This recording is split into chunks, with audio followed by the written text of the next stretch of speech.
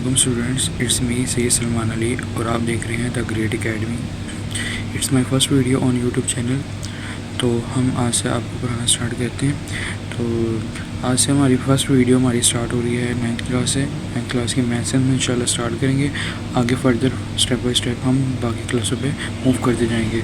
तो हमारे सिलेबस में मैथ है फर्स्ट ऑफ ऑल। तो चलिए मैथ वक्त ज़ाया किए हुए मैथ स्टार्ट करते हैं अपना। तो फर्स्ट चैप्टर हमारा मैथ का जो आता है वो आता है मैट्रिसेस एंड डिटर्मिनेंट। तो इस चैप्टर में हमने पढ़नी है मैट्रिसेस एंड डिटर्मिनेंट्स। चलें पहले इसकी डेफिनेशंस को गो थ्रू कर लेते हैं। हमारे पास फर्स्ट ऑफ ऑल आ जाती है मैट्रिक्स की definition. A rectangular array or formation of a collections of real number से 0 1 2 3 4 और 7 सच एज।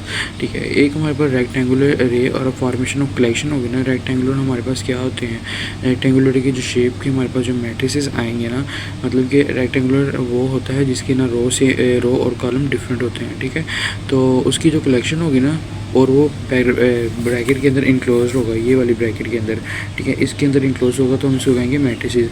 और वो जो इसके अंदर जो एंट्रीज होगी जिसके अंदर ये चीज़ें जो हैं इसको हम कहते हैं एंट्रीज। तो उसके अंदर वो रियल नंबर होगी, रियल नंबर 0 1 2 कुछ भी हो सकती है, जैसे आपको पता है। ऐसे ये में भी मैट्रिक्स है। नेक्स्ट हमारे पास डेफिनेट हो जाती है रो एंड कॉलम्स। अब रो जो हमारे पास आ जाती है ना, in matrix A the entries presented in horizontal way are called way rows. अब एक हमारे पास होता है हॉरिजेंटल हम यूँ करते हैं और वर्टिकल होता है यूँ करके। ठीक है, अब जो हॉरिजेंटल हमारे पास एंट्रीज आ जाएगी ना उसको हम कहेंगे रो। जैसे कि आप ए मैट्रिक्स में देख सकते हैं, ए यूँ चा करके 1 2 0 3 5 4 2 1 -1। तो ये हमारे पास 3 रोज आ जाएंगी, R1 R2 R3। ठीक है, हॉरिजेंटल आपने देखते हैं। नेक्स्ट अब हमारे पास आता है in matrix A there are 3 ways are shown. ऐसी 3 वेज है ना शो, ये देखिए 1 रो 2 रो 3 रो। नेक्स्ट हमारे पास अब आते हैं column. In matrix B, all the entries presented in vertical way are called columns of matrix. Matrix B has 3 columns as shown by C1, C2 and C3।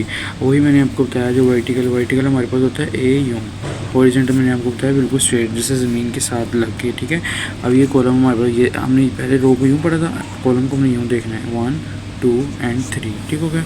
Next हमारे पास आए थे ऑर्डर। अब ऑर्डर में हमने डिस्कस करने होते हैं कि कितनी हमारे मैट्रिक्स के अंदर कॉलम्स हैं और कितनी रो हैं। चलिए इसकी डेफिनेशन को डिस्कस कर लेते हैं। The number of rose and columns in a matrix specify it's address. किसी भी मैट्रिक के अंदर उसके रो और कॉलम उसका आर्डर स्पेसिफाइड करते हैं। If A matrix M has row. अच्छा, इधर आपने इंपॉर्टेंट MCQ है, इसको आपने देख लेना है कि हम एम के साथ रो को रिप्रेजेंट करते हैं और ऐसे एन के साथ कॉलम को रिप्रेजेंट करते हैं। Then M is said to be the order m by n। तो जैसे हमें पता चल रहा है कि फ़र्स्ट ऑफ ऑल हमने रो लिखनी है और फिर उसके बाद कॉलम लिखना है। ये नहीं हो सकता कि पहले हम कॉलम लिख दें फिर रो लिख दें, नो, ये गलत हो जाएगा। फर्स्ट ऑफ ऑल हम रो लिखेंगे फिर कॉलम लिखेंगे, जैसे m बाय n होता है। फॉर एग्जांपल आप देखें, आपको मैंने बताया है कि रो हमारे पास होती है हॉरिजॉन्टल, तो हमने देख लेनी, फर्स्ट ऑफ ऑल हमने रो देख लेनी है। अब ये वाला देखिए मैट्रिक्स m जो है, अब ये 1 रो होगी, ये 2 रो होगी, 2 रो होगी। अब कॉलम देख लेते हैं, 2 कॉलम होते हैं वर्टिकल 1 2 and 3, तो 2 by 3 समझ लगी आप लोगों को। Since it has 2 rows and 3 columns, वही जो मैंने भी आपको बताया। नेक्स्ट ये मैट्रिक्स देख लेते हैं, रो देख लेते हैं हॉरिजॉन्टली 1 2 3 एंड कॉलम 1 2 3, तो 3 by 3 का कॉलम। नेक्स्ट आता है equal matrix. Let A and B 2 matrix, then A is said to be equal to B and denoted by A is equal to B if and only. वो कह रहे हैं कि हमारे पास 2 मैट्रिसेस है A एंड B और A matrix equal होगा B मैट्रिक्स के अगर ये फॉलोइंग कंडीशंस सेटिस्फाइड करते हैं। The order of A is equal to the order of B। Means to say that order of A same होगा order of B के, मतलब कि row and column of order A is equal to row and column of B। मतलब कि रो और column जो होगा ना हमारे पास मैट्रिक्स A का, वो इक्वल हो रो और कॉलम मैट्रिक्स B के। Next there corresponding entries are also equals.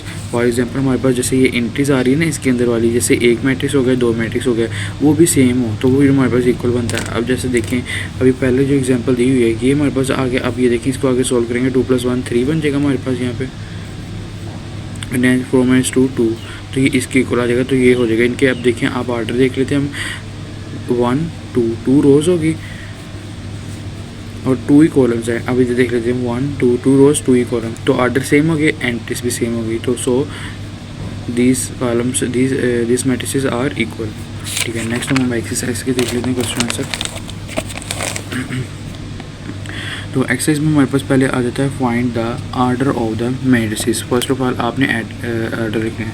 तो मैं आपको बार बार बता रहा हूँ कि कॉलम जो मैं हमने आर्डर लिखने होते हैं उसमें फर्स्ट ऑफ ऑल हमने लिखनी होती है रो, फिर हमने लिखना था कॉलम। तो इसमें मिस्टेक ना कर दीजिएगा आप लोग। तो चलिए हमारे पास पहला ए है। तो हाँ हॉरिजॉन्टल आपको पता है हमारे पास मैट्रिक्स रो होती है और वर्टिकल कॉलम। तो 1 2 रोज़ आ गई, ये लिख दिए 2 बाय आगे कॉलम 1 2 2 कॉलम। नेक्स्ट देखें 1 रोज़ 2 रोज़ एंड 1 2 2 कॉलम्स। ठीक है, अब देखिए 1 रोज़ एंड 2 कॉलम। अब नेक्स्ट देख लेते हैं 1 2 3 रोज़ हमारे पास आ गए हैं बाय, अब कॉलम देख लेते हैं 1 कॉलम। ठीक है स्टूडेंट्स, नेक्स्ट देख लेते हैं रोज़ 1 2 3 रोज़। नेक्स्ट देखें कॉलम 1 2 एंड 2 कॉलम।